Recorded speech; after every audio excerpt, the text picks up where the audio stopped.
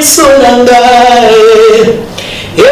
komima ya komela kati na esove obongo libasi na ngai kolela oyo ya ngai komililu kusika oyo nazalaki lobi lelo oyo ekomi ya ngai.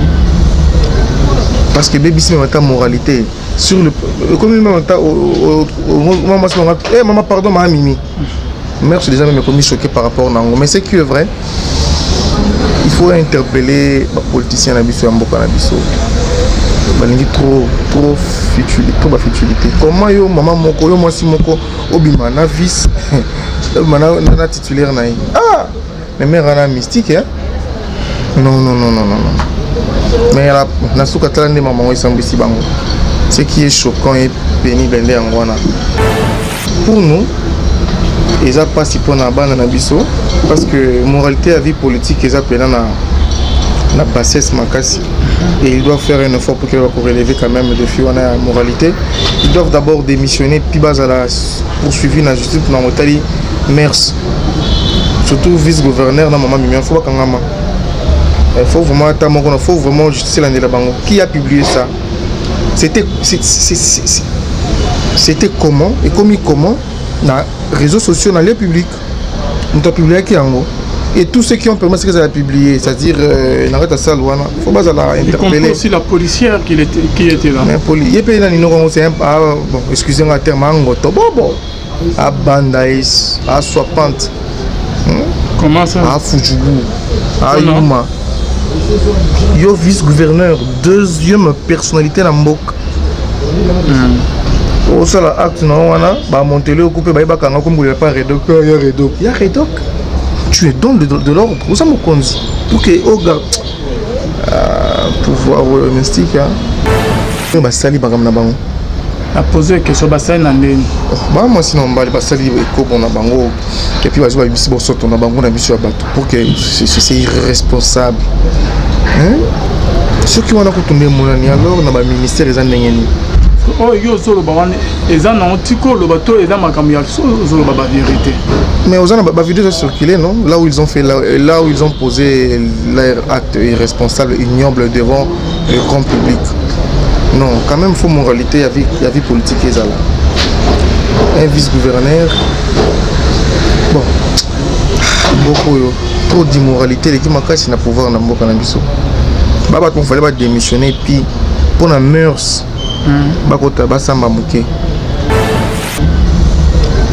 Parce que baby c'est ma moralité sur le comme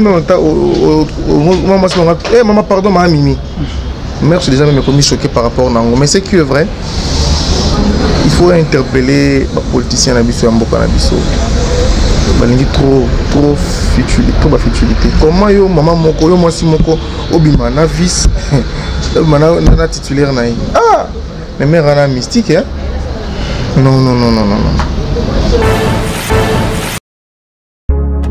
bongola meso mwene fongola misu omona pe fongola matoi oyoka sango ya mituel misunga oyo eyeli bino bakongole nyonso oyo bobelaka bamaladi ya ndenge na ndenge oyo bozali pe na makoki ya kozwa ba soin de santé te ezala awa na mboka na biso to pe na libanda ya mboka na biso mpona yango esengeli koyeba kaka ke na $5 na yo ya pamba oyo okobanda kofuta chaque fin ya mois okobanda kozwa ba soin de santé awa na mboka na biso même na libanda ya mboka na biso soki maladi na yo esengi bongo pe check up okobanda kozwa yango chaque semaine kaka ndenge yo moko olingi ya kosamba pete mbezali te bino moko botala mama Colette oyo azalaki kobela kasi maladi na ye esengaki ke akende kozwa soin de santé na libanda ya mboka tala ndenge mutuel misunga ezwaki en charge na nyonso kobanda Kinshasa bino moko botala ndenge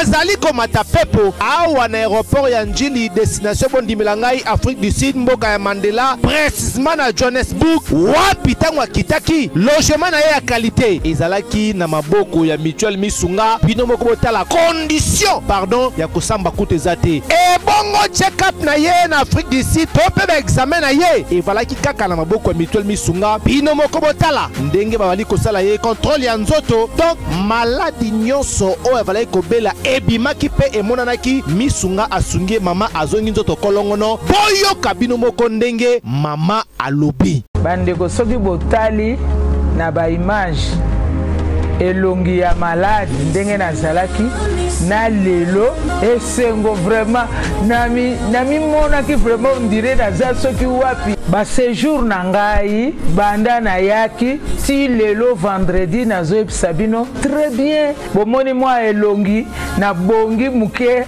kutu bato babi par rapport ndenge oyaki na lelo changement pena po l'air wana sobo tali ba image na ozala kaka na kitamba na mutu moyen kutu vraiment na se maquiller zate à partir ya lobi na butu ti lelo naza vraiment très bien. Mutualité Misunga mokili mobimba Mutualité Misunga international kaka ndenge bomoni mama Colette ba soin de santé na ye esimbi yo pe ovali kolanda biso soki ovali bana ya mboka soki ndeko na yo abengo na Kinshasa ke azali malade komi tungisama na yo te benga kaka Mutualité Misunga na numéro oyo ndeko na yo na Kinshasa atovali na poto ye akozwa ba soin de santé à l'aisement calmement sereinement po Mutualité Misunga ezali wana tala kosamba na yo te kobanga na yo te komitungisa te luka kaka bandeko ya Mutuelle Misunga ezala maladi nini ovali kobela epa na bango okozwa solution lokola mama Colette azwi solution na ye kaka na $5 ya pamba oyo afuta na Misunga ememi eti na Johannesburg na Afrique du Sud na mboka ya Nelson Mandela eske na Mutuelle Misunga tembe ezali eza te.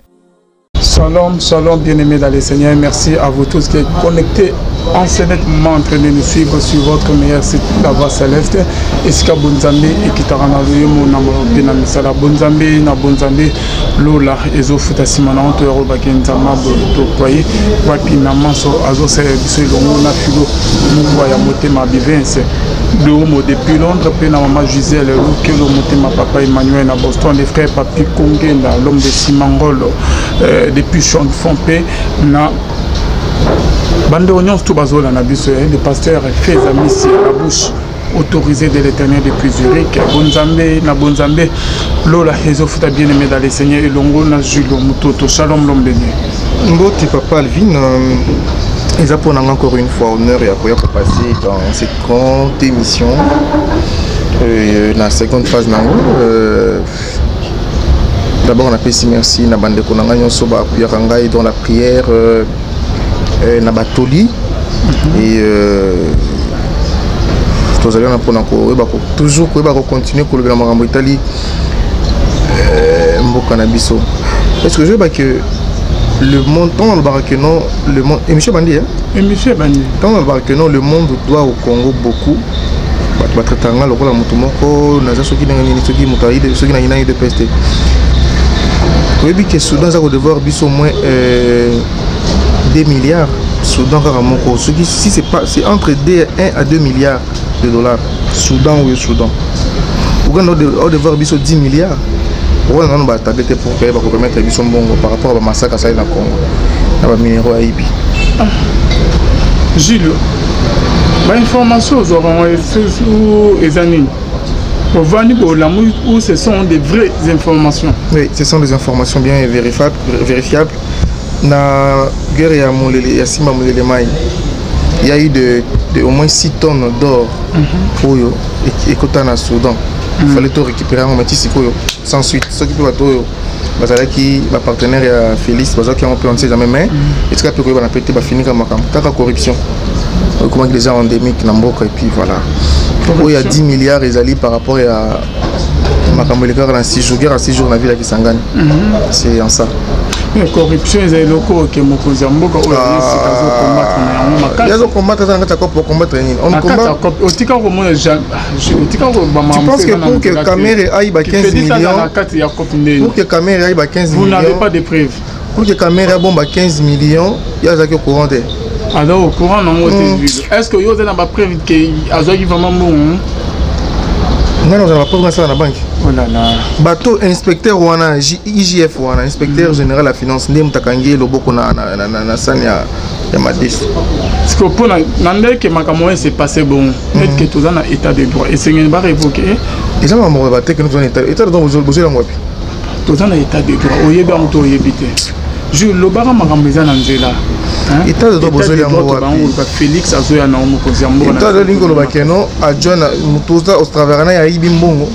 Vous voulez manger carrément la poste wana. Vous n'avez pas de preuves. Mais dès lors que bon c'est bazana kata cop wana moi limoger mtoyate. Les alliés écrit to sangana to lia oyo koya etali bisote. Cop ni nozo ba Jules. Nazo comprendre yote. Cash. Il y a cop non? Cash ça cop. On a pas preuve te papa. Et tu quand jamais ko za cop te ba ngone bazo kamba. Mboka na biso pona ke ba bimisa biso kola ko. Faut kola na cash ezali cop kombo nango cash les tir cash eli koloba nini mpata j'allais ko bimisa biso na souffrance na misère autozaye na ngoje pour votre information. Question on a nimana tout no Jules Mutoto.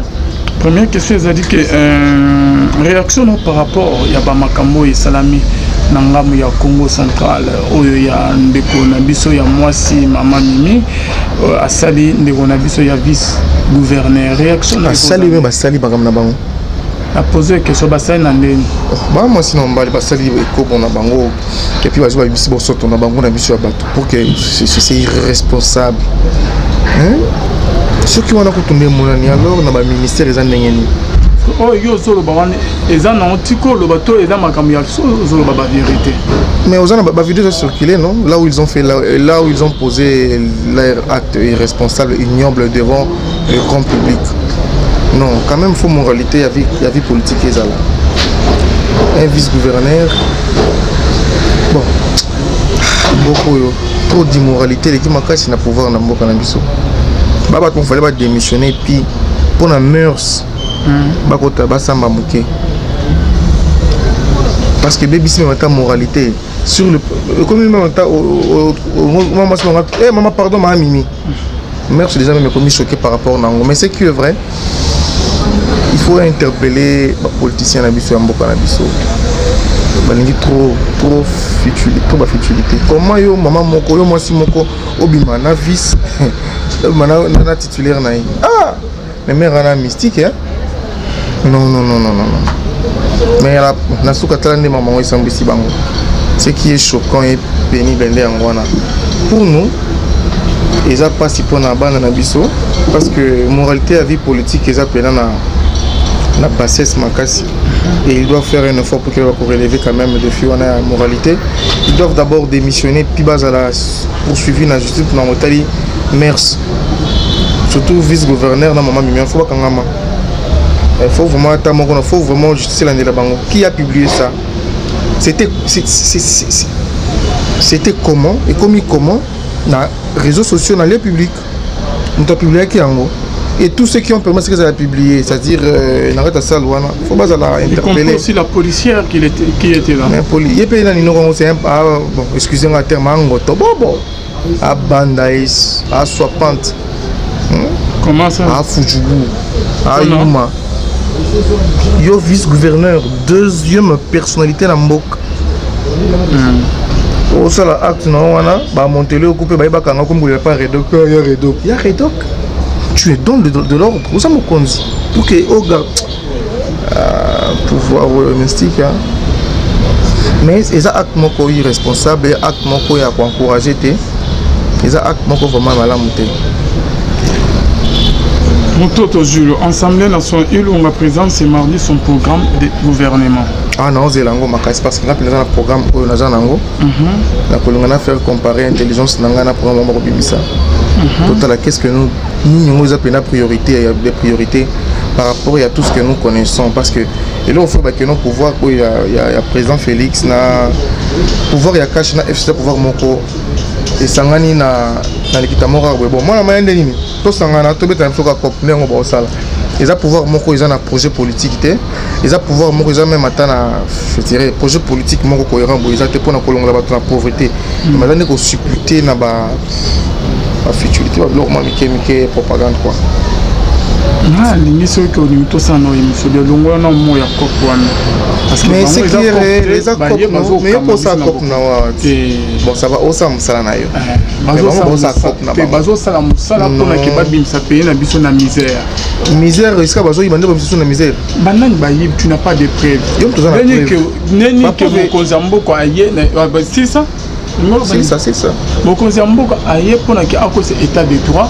Yozo baki ay komiki makama kopi ya kimoyibi pona 15 millions de toyebi elongo sko toyebi te balengo doro etelenga na vidéo na ngotambola ki na kombo ya un chimpingo moko wana chimpingo moko metambola avec 4 caisses ya balengo d'or to lobeza yutu bon ngana yebite meto mona ki yango les gens volent c'est-à-dire les transition moko o mutambola que non tikanga na yiba ko kipenga te garder bande na yo c'est ce qui s'est fait et c'est grave. C'est grave. Par rapport à jusqu'à présent, il s'est passé qu'entre le gouverneur et Mbokanabiso, dans le secrétaire, il y a IDPS suite dans les années pour ces réactions par rapport à IDPS déjà à niveau par rapport à la permutation et Salamagano. Je n'aime pas cette qualité parce que ils ont pourquoi que nous avons fait belé. La taille de pèse c'est un temps raisonnement, ils ont vraiment ils ont une incohérence à ma cas, c'est parce que au lieu de réfléchir, ils passent leur temps, il y a qu'on finga, qu'on traite tout le monde d'oiseau, tandis que ils n'ont même pas la capacité de réfléchir sur l'avenir, il y a qu'on conserver le pouvoir dans bango pour que baï bakobema et c'est mon ami ou bien les Congolais. Dès qu'ils ont bon moi je ne peux plus me mettre dans le bloc parce que ils ont comme le coup là tout le monde va bimisi bango bon moto parce que bon là papier mon base là pour finir parce que le temps aux autres que pour comme les singo ya ba peuple aux autres monter que singo zo amke par rapport à ya banzela par rapport à école comme gratuit non so anisé c'est un peuple tel non moi j'en ai singo Félix Moutaïna est singo mais les peuple est singo peuple ça est singo na ya kolala kolamuka ça m'a pris une opportunité kolala kolamuka mais que sengo que non le gouvernement pèse la population et sengo boza wapi oui moi toi na quartier matonge non oui moi ma saisonga ce qui 9e mois ngoto koti ce presque 10 mois na matonge ma ezata ndé sengo bo se pele ngwana le peuple attend l'état de droit. Que veut dire l'état de droit? Et l'incolo bakeno tout ce qui compose la vie politique est pour respect à Mibeko. Bakangyo moibi à 15 millions au Kangami au Sambisami, quelle que soit même ta intentionnalité. Faut qu'on a toujours une présomption. Mais ça comme pour installer Madio quand c'est que non, Kamer peut faire quelque chose sans que Félix soit au courant. Jules, tout le monde me convient beaucoup à Zongi si vous amenez à Bambon na bakesa. Mbala combien Zongi siango? Soit on s'en réserve par hasard, on a vu que non par hasard peut kambala moko. Est-ce que cause un respect à taille mukete na mukonzambo? Non, respect c'est un film maman, on a film maman net. Est-ce que yoko na tata na obon? Que na nyongo zo le bela. Mais ce qui papa zongi si apé simbo ndako une fois ndako, na lo baté pourquoi papa simbo ndako mbongo kana ndako une fois. Est-ce que tu lien? J'ai un peu de respect quand même. Est-ce que mukonzambo ka zongi c'est mbongo par hasard une seule fois. Mais non, comme bah voyage on se salue, ça on se monte combien de fois? Pigeon voyageur, donc c'est mon temps un pigeon qui voyage à tout moment. On a l'avion, comme il y avait en Guana. Appareil, volant, tout ce truc.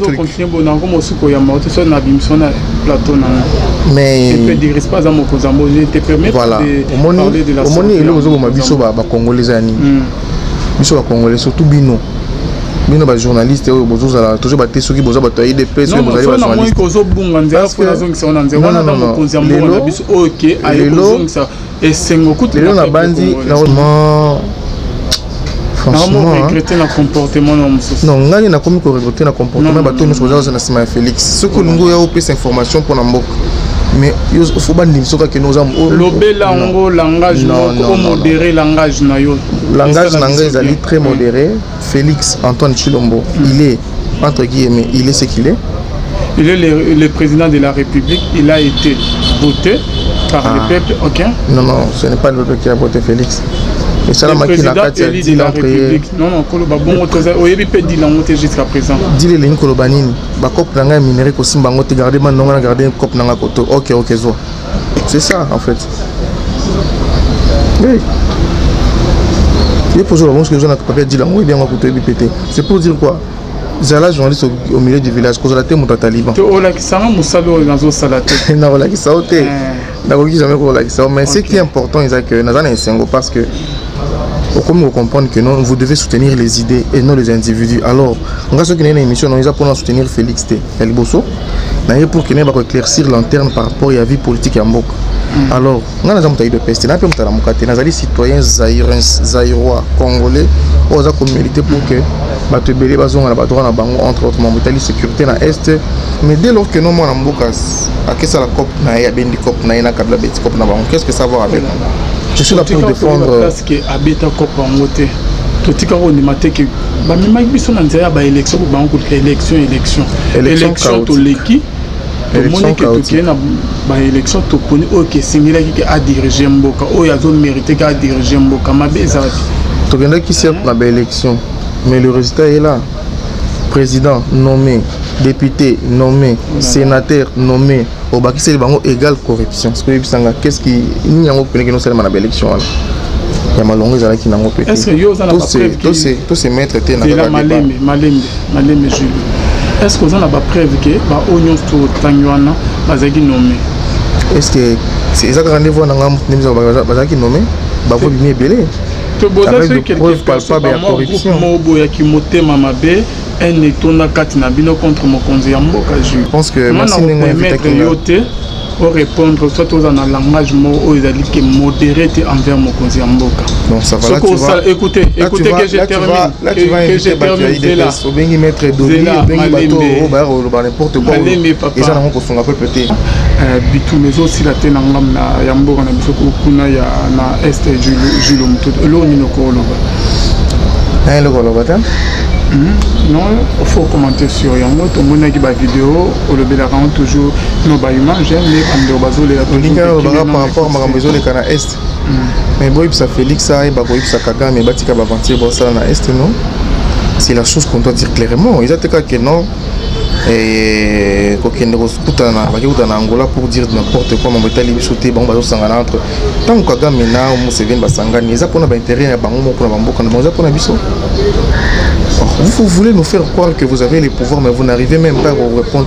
Vous savez, hein, les complots à Mamotali, balkanisation, ça ne date pas d'aujourd'hui. C'est un cycle où ils allaient. Alors, pour la Coco Mati, il y a des guerres pure système. Et et c'est la question, il faut maintenant, oui, ça n'a pas le Congolais vérité. Il y a des histoires, ils ont des racontés, il y a Makassi.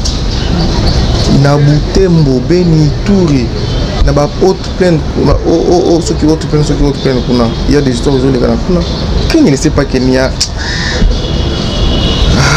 mon Congo, beaucoup d'absolument souffrir par une absence criante. Il y a un programme politique d'abord interne et puis externe.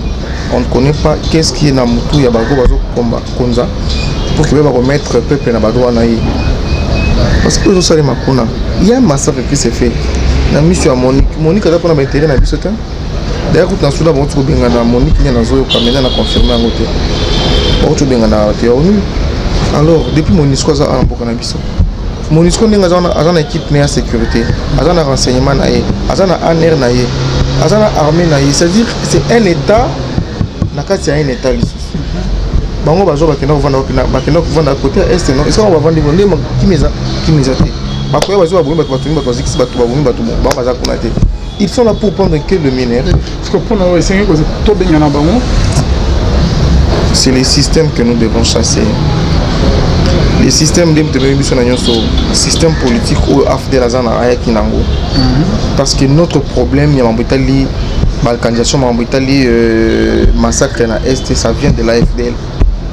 Alors il faut d'abord qu'on résout le problème à AFDL et puis qu'on pense à comment on peut résoudre ces problèmes d'AFDL? Mais papa, tout cas, il y a une élection 3 fois, est-ce que c'est Simbi?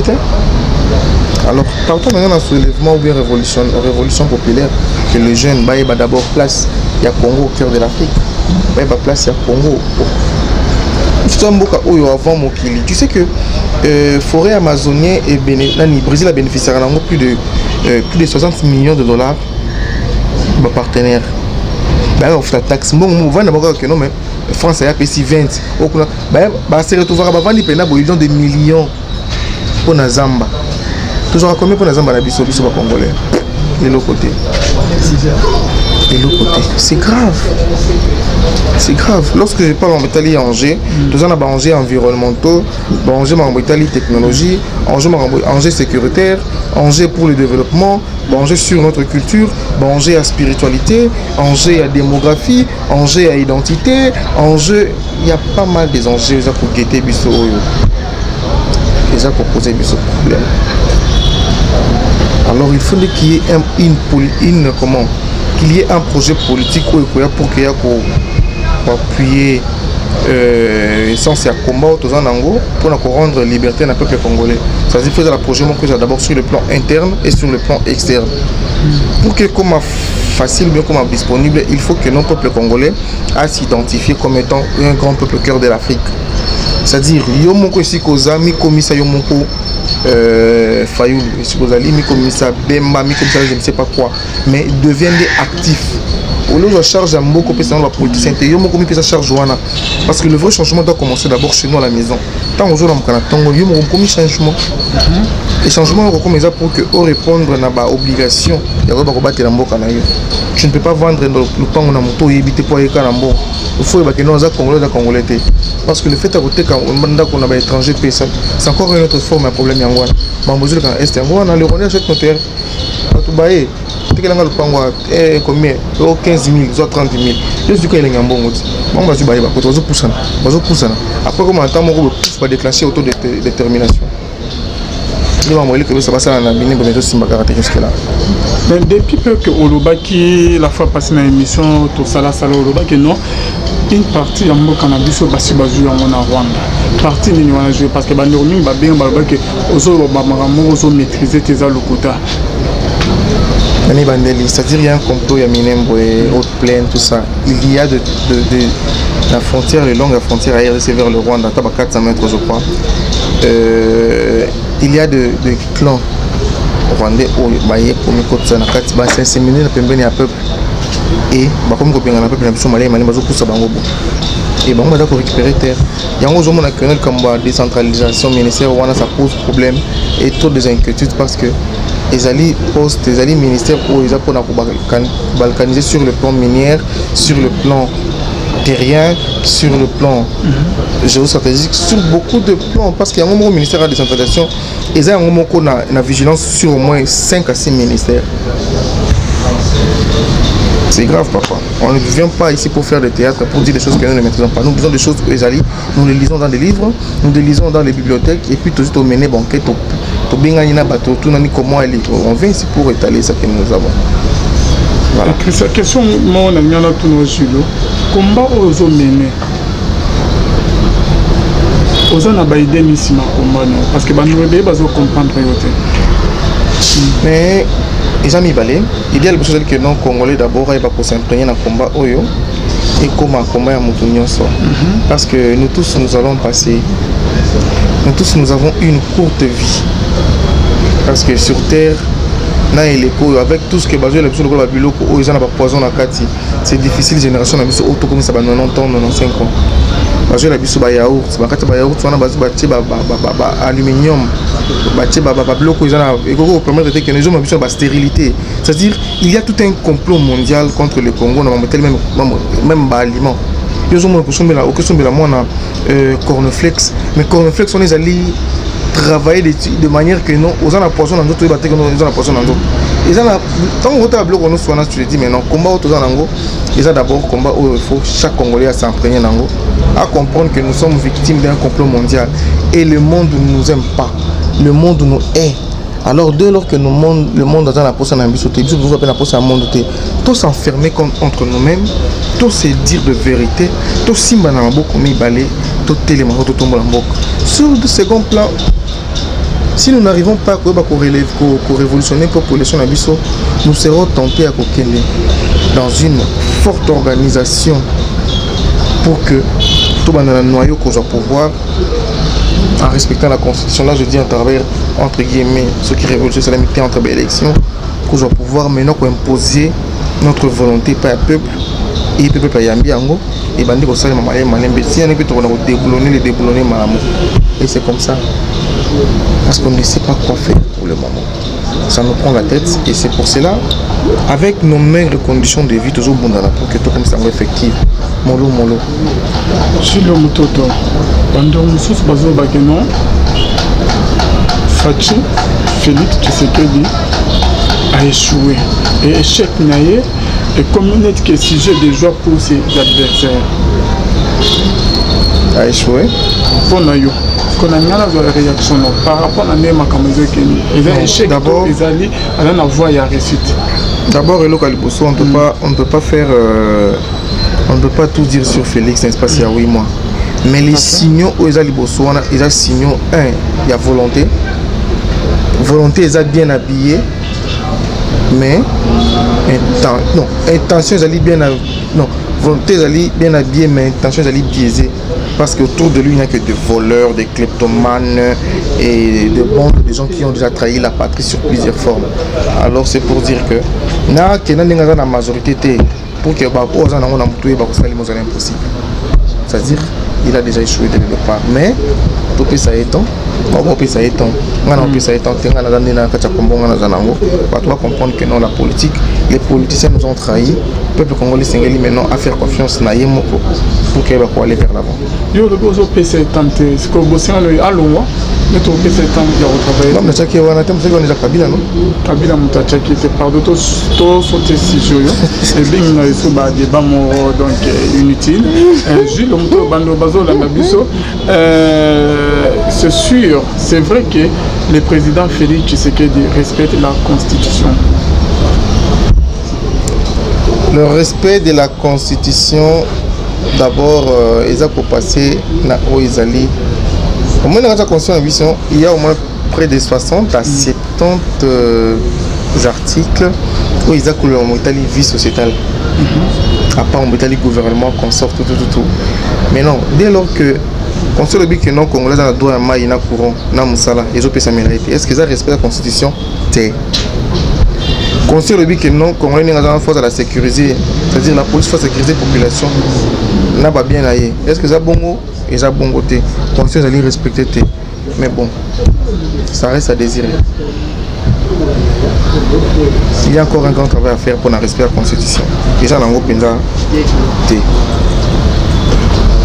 Ok, merci beaucoup Jules Mtoto. Toujours dans le cadre de l'émission rien que la vérité. Bandoko musu babengaki nga la fois passé balobi mwana mobala azolo balobaka mingi makambo eza na nzela te ye makanisi nini akopesa mpona ke mboka ekende liboso sino ye. Makanisi nanga ezali très simple. Lorsque je viens pour dire que non, il y avait un complot contre le Congo, il y a déjà makanisi non.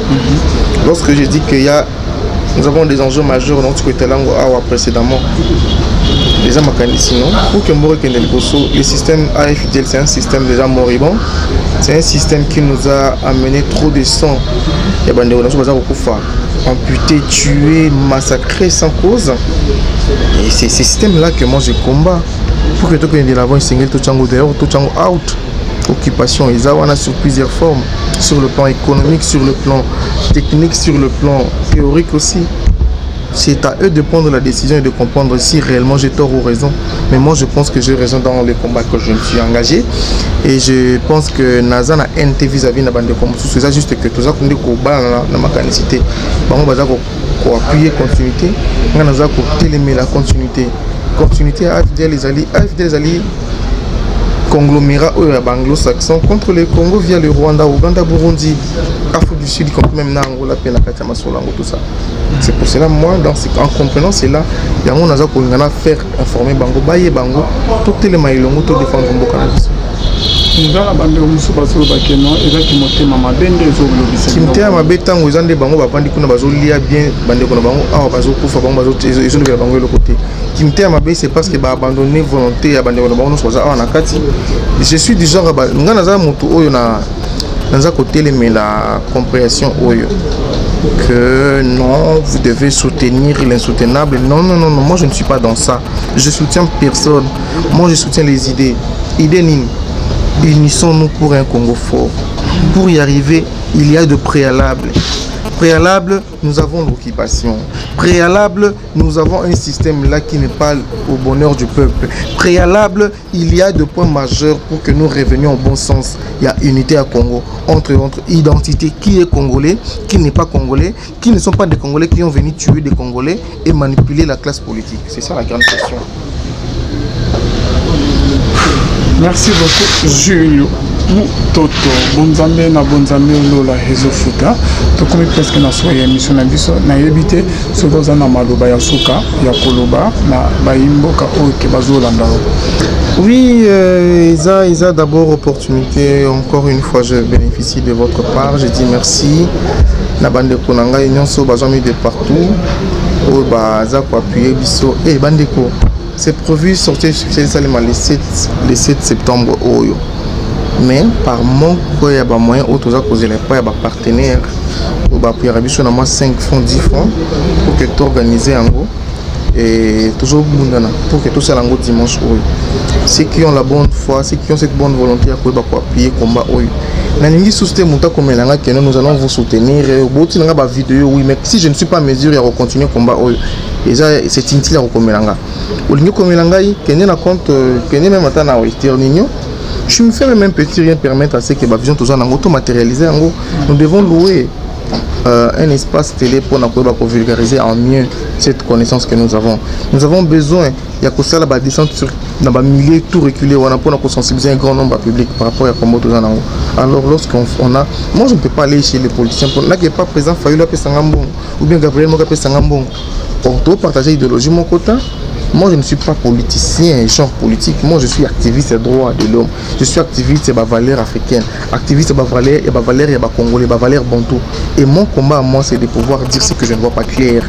Ce que les gens comme derrière politiciens, c'est que comment on a ces licences. Mais s'il faut qu'on approche, pour débattre sur ça, on peut vision pour qu'il va comprendre que derrière moi, il y a des millions de Congolais qui ont besoin d'un changement. Le vrai changement passe par d'abord. Il y a compréhension, il y a sens, il y a combat autour de Nango pour que Yonanga tout dans un Congo fier. Bande Onanga bosé belé bolanda ngai numéro ezawana naza vraiment na besoin na bino pour que tout ce mambo na makolo. Lelo yo boza ko déclic, boza ko bakeno il y a des aventuriers na Kinshasa oui baza belé. Mais est-ce que vous avez frappé aux bonnes portes? Non. Je ne suis pas là pour faire ma campagne, ma publicité, mais mon souci est que nous avons lancé le mouvement citoyen Bakolomboka. N'a pas ambassadeur de mon côté, n'a pas mon côté à politicien pour qu'il puisse son bon tout ça dans la simanaïté. C'est parce que je suis libre d'esprit et je pars de cette façon-là. Et on a aussi un bino pour appuyer biso. Et ma beaucoup ça pour les motés pour bénéficier na rapport na bino. Arrêtez-moi des histoires que non vous en avez besoin de soutenir ngai, vous en avez besoin lembi makambo que non trop théorique. Tout passer une étape que non panta. OK. Et vous allez bien makasi. Votre numéro de compte. C'est les plus 243 89 79 00 83. C'est les plus de ça problème. C'est les plus 243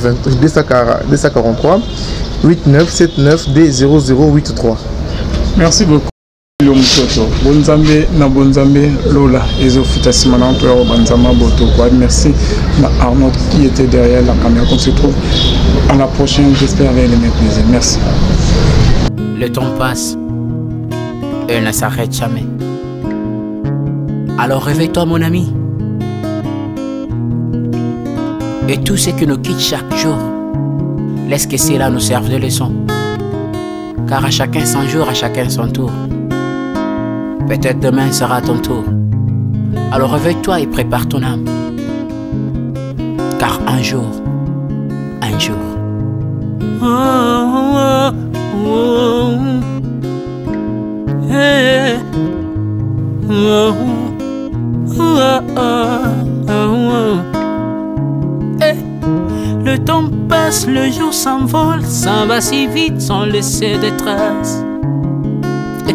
Comment faire pour l'arrêter, car il nous amène vers le jour de départ. Yeah. Tout c'est fort avant nous. n'ont pu l'arrêter.